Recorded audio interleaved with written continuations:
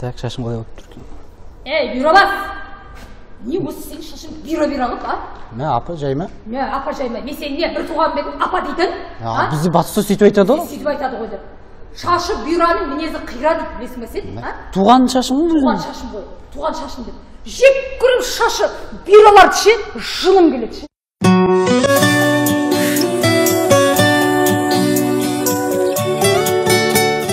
Адам бірінші өзіне қарап алу керек қой да. Yılır senin kara kasların, толқындай бира-бира шаштарың. Бойы болған сөзі жылман.